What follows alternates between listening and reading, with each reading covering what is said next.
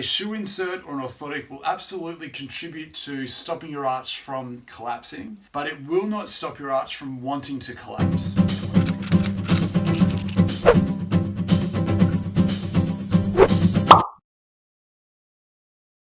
G'day, welcome back to the channel. So in today's video, I want to talk to you about orthotics. And in this video, I want to hopefully give you a better understanding about why an orthotic isn't a solution to arch-related issues. And following on from that, I want to give you maybe 2 exercises that you can take with you to work on that will hopefully start to help you reclaim better arch function and give you the confidence that you can begin to go down a path that will lead you to getting rid of your orthotics long term.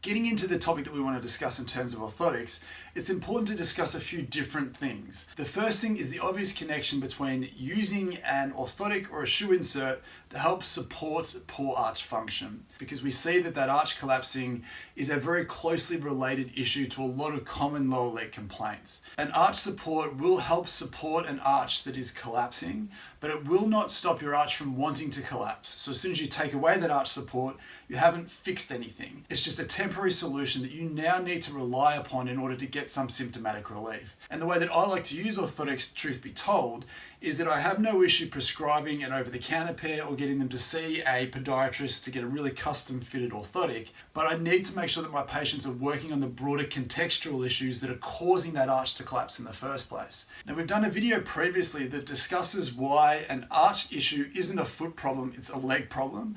But to summarize that, essentially what we tend to see is that when you're looking at an arch that's collapsing, so as I let my arch collapse here, we're actually witnessing the consequence of the entire leg functioning poorly. So if I stand with my feet straight and let my right arch collapse inwards, what you'll hopefully notice is my entire leg rotates inwards. So my hip closes down, my knee caves inwards, my entire leg rotates inwards to allow that arch to collapse.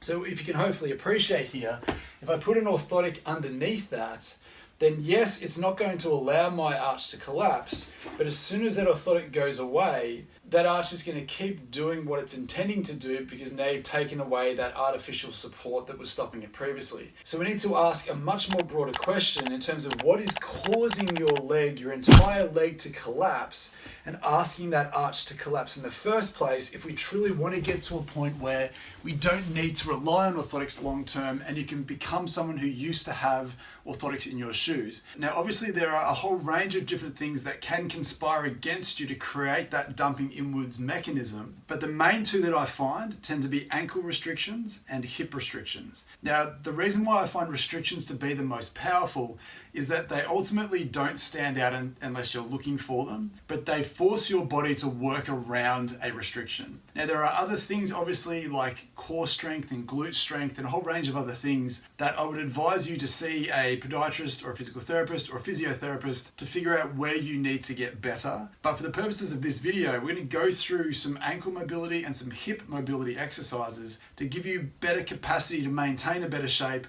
and not force that ankle to collapse and that arch to collapse and then rely on an arch support to hopefully prevent that from happening. Now, the best ankle mobility exercise that I've ever seen to quickly and effectively improve the amount of ankle range that you actually have is the banded ankle stretch. And if you're trying to improve the function of your arch, it's really important to make sure that the actual ankle joint itself isn't a point that your body's consistently trying to compensate for and causing you issues in terms of your arch function. Now for me, the way that I like to do this, and you've got 2 options depending on which one you feel is the best for you, is you want to fix the band to a surface that's not going to move. You want to attach the band either below your ankle or above your ankle joint, depending on what you feel gives you the most benefit. In terms of ankle mechanics, it is technically best to have the band below your ankle, have your foot up on something, but some people find it actually gives you a greater benefit to have the band above the ankle, particularly in the position that we're about to get into. So all I want to get you to do is take a big step out as far as you feel comfortable. We want to bend that ankle as far as you feel comfortable. Now again, what we always do with this exercise is we need to make sure that you're in a good position. So if we turn side on, but imagine that the band is still pulling backwards here, what we want to get you to do is, if you bend your back ankle, we know that if there's an ankle restriction that your leg is trying to work through, what your knee will do is it will start to deviate inwards to go around that ankle restriction and allow you to go further into the stretch. And again, as we've already established, as soon as that knee wants to cave in to go around a stiff ankle, that arch will also collapse. So we need to make sure that in the purposes of this exercise, that we keep your knee out and you're going just as far as you feel comfortable without feeling like that whole leg wants to start to cave in. And what you'll find is that that ankle exercise is a fantastic way to then start to take away some of those handbrakes that will force you to dump inwards. Now, the second set of exercises that we want to touch on revolve around hip mobility. And this is really interesting because there are two aspects of decreased hip mobility that seem to force the leg to compensate around that. Now, the first is restrictions at the front of the hip, and the second is a lack of hip external rotation. So one of the things we can see here is when we're walking, essentially we want to be in a linear plane when our legs are moving. So in order to do that, we need to take our hips back into extension. But if you are tight at the front and you can't go back as far as your body might want you to, your body can then start to rotate around that and circumduct the hip to get around that restriction. Now, what that ultimately leads to is it ultimately leads to a foot that tends to want to point outwards as opposed to one that tends to point forwards, which can then lead us to walking through our feet and collapse those arches. The second thing that we can see is that if you don't have the required hip external rotation, which essentially is allowing your knee to stay in an externally rotated position, then it will force you to dump inwards a little bit more. So what we want to do to combat these two things is we want to go through a couch stretch and a pigeon stretch. So again, the couch stretch is one of the best hip flexor, anterior hip tightness related exercises that you'll find. What we want to get you to do is either in the back of a wall here or up on a chair, so your shin is vertical up against the back of a chair or a wall. What we want to get you to do is, starting relatively horizontal, push that front of the hip to the ground, just get a sense of how this feels. Then tense your glutes, squeeze your quads, squeeze the front of your thigh, push your knee back down into the ground, get that tissue to tense up. And with that maximal tensing, when you release that, you should feel like there's a little bit of relaxation that happens through that tissue, and you might be able to go a little bit further. Part two to this is you've got to be able to come up as tall as you feel comfortable here. You might find that there's a hell of a lot of tightness through the front of that hip, which is what we're looking for. Same thing as before, give it a good squeeze, tense that tissue up as tight as you feel comfortable, push your foot back into the wall, get everything to tense up, then relax. You might find you can go back a little bit further.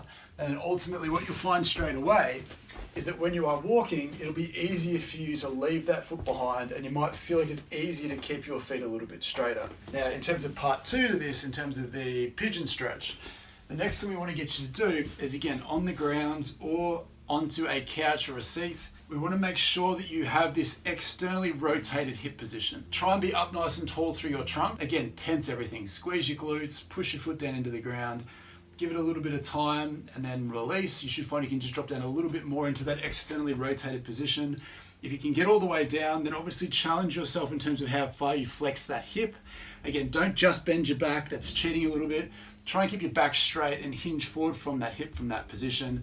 And then again, what you'll hopefully find is when you're moving, when you're squatting, you won't feel the need to dump in as much as you would before. So by cleaning up some of the restrictions through the front of the ankle, the front of the hip, and the rest of the hip, among other things, we can start to have a really important and broad conversation about why the arch is collapsing in the first place. So if you're someone who is relying heavily on arch supports and orthotics to help manage your symptoms day to day, then you're not going to fix anything long term. You are going to be stuck in a vicious cycle of needing to use these orthotics to hopefully help you get by day to day. If you could just figure out what is it about your mechanics that is conspiring against you, then start to work hard on trying to remove those tightnesses and stiffnesses or improve some of those weak areas, then ultimately you can get to a point, or you should be aiming to get to a point, where you can have a conversation with your podiatrist, physical therapist, or your doctor, where you can get rid of those orthotics